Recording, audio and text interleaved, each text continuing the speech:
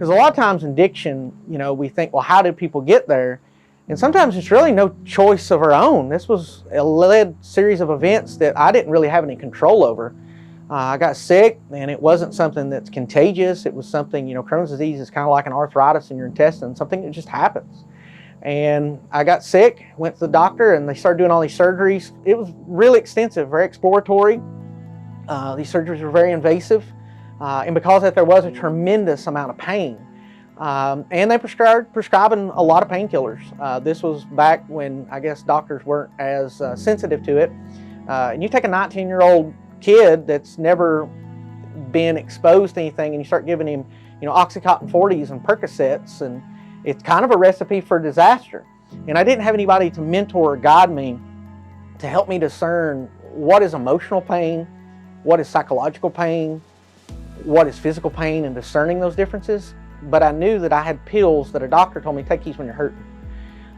So I started doing that, taking them when hurting. And I never thought that there would be any risk of those ever doing anything, because I didn't even think it was possible for a doctor to give you something that would hurt you. So I started taking those things, and they did numb the pain.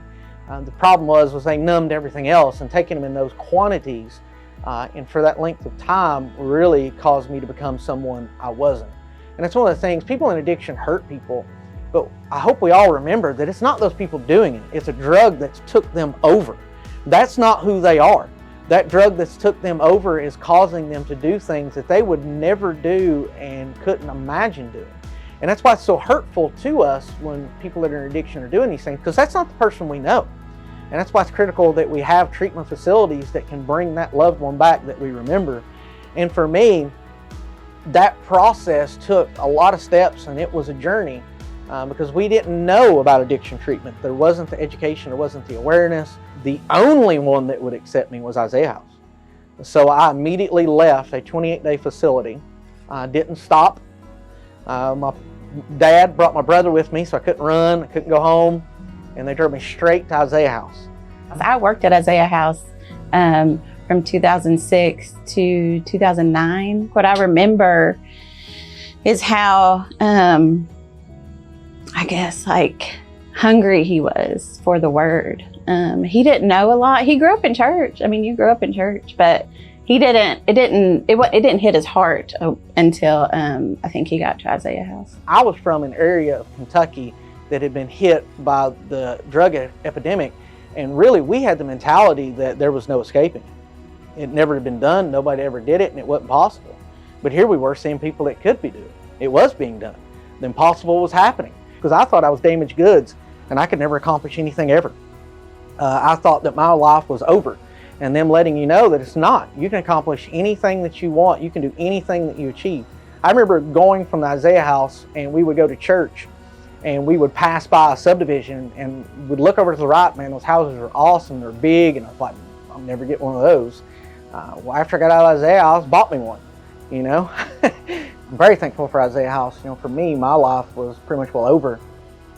But through Isaiah House, God showed me that it's not, that God takes the ashes, can make beauty. Because of the work there, they allowed me to have another chance at life.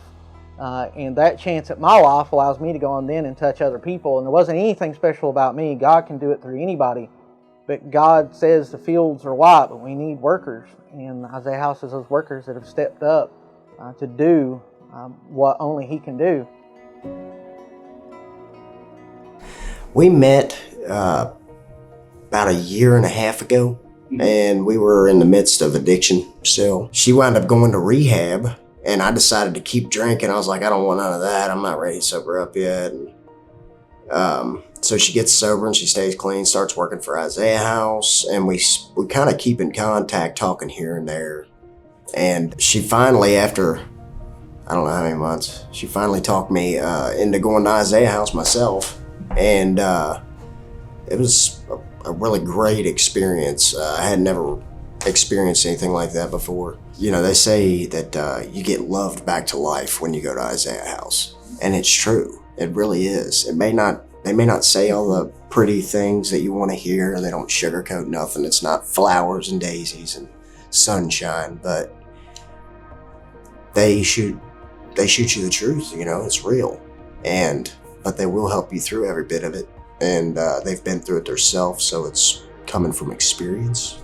And that's kind of how it hit me, and that's what woke me up.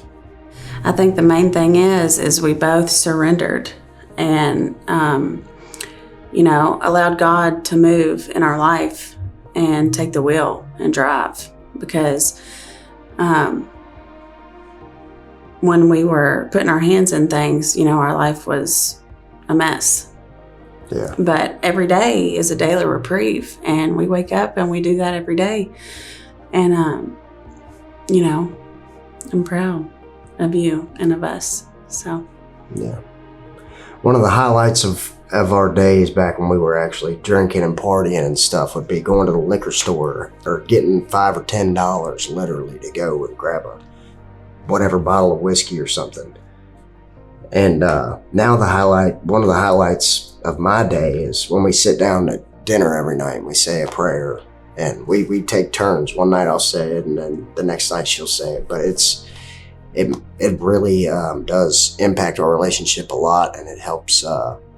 It just helps us grow in Christ and in our faith, and it's really just beautiful to be able to do that. I never thought in a million years that I'd be sitting at my dinner table or something saying grace.